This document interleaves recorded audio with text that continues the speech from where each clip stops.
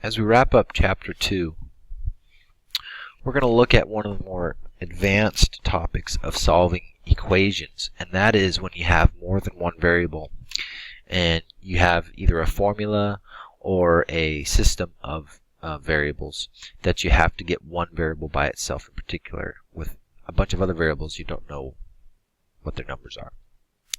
So first, before we start figuring out how to do that, we're going to look at common formulas in geometry. The first one being A equals LW, and that's your area equals your length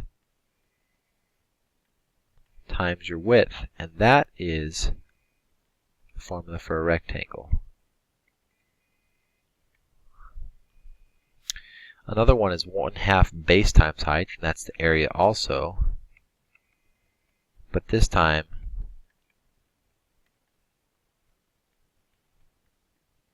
that is the area of a triangle.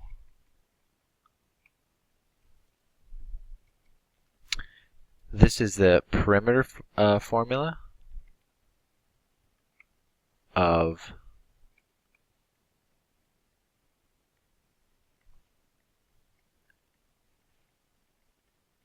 a rectangle.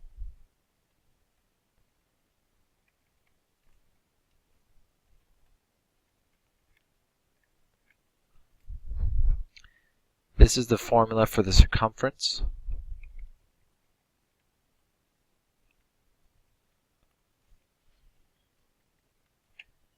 And R is the constant number, 3.14159, etc. And R is the radius. And how long or how far around the circle would one travel.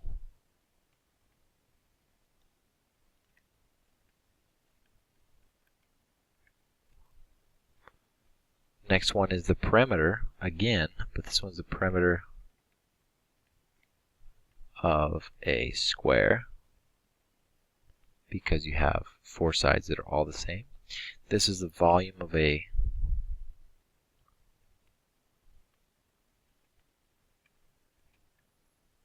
box, and this is the area of a trapezoid. That's the volume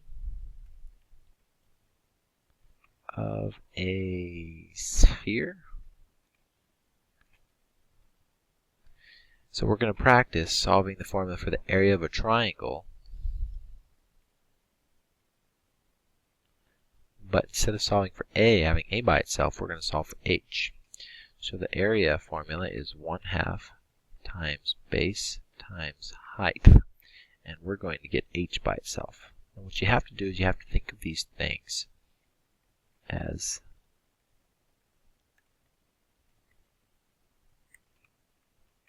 numbers. Okay, so we're going to do that now. So there's your H. I highlighted it in red so you can see what we're solving for. Get rid of everything attached to H by inverse operations. First, I'm going to get rid of the 1/2 by multiplying everything by 2, because 2 times 1/2 cancels them out. So now I have 2A on the left side equals BH. And to get rid of the B, I'm going to divide each side by B.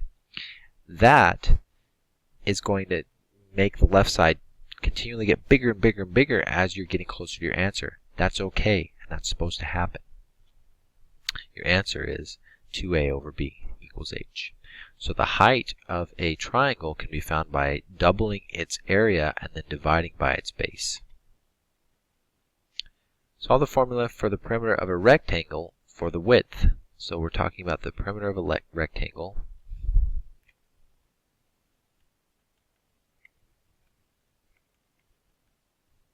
For W.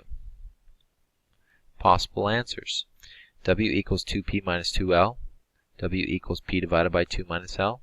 W equals P divided by 2 plus L. And W equals P minus 2L in quantity divided by 2. Go ahead and pause it right now and try to do it. For more problems like that, you're going to do page 113, numbers 1 through 8 all. We're also going to be looking at transforming equations where you have y's and x's. You're going to see lots of equations like that, even in Algebra 1, but especially in Algebra 2. You're going to have y and x very often, and you're going to have to solve for one or the other. In this case, y is solved for, but we want to solve for x.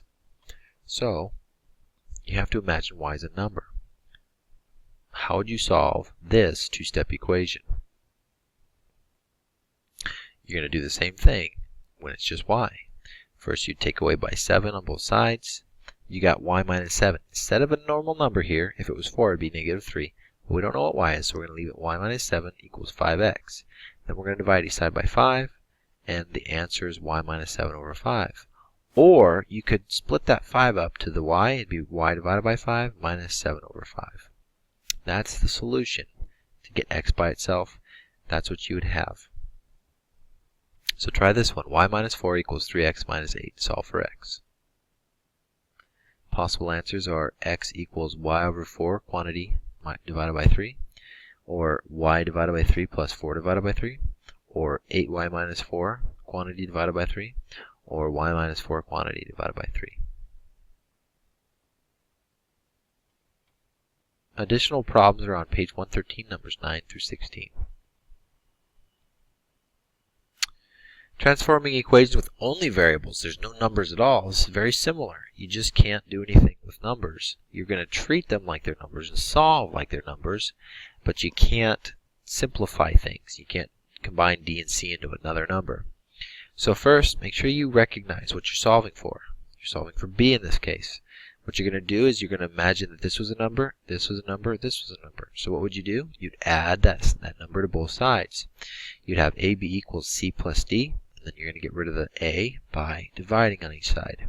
Your answer is c plus d divided by a.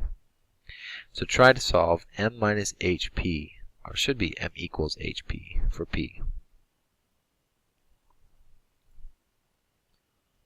Possible answers are p equals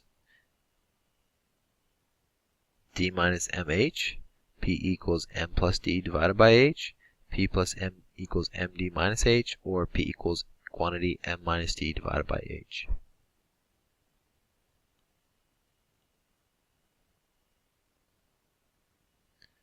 The answer is p equals m minus d divided by h.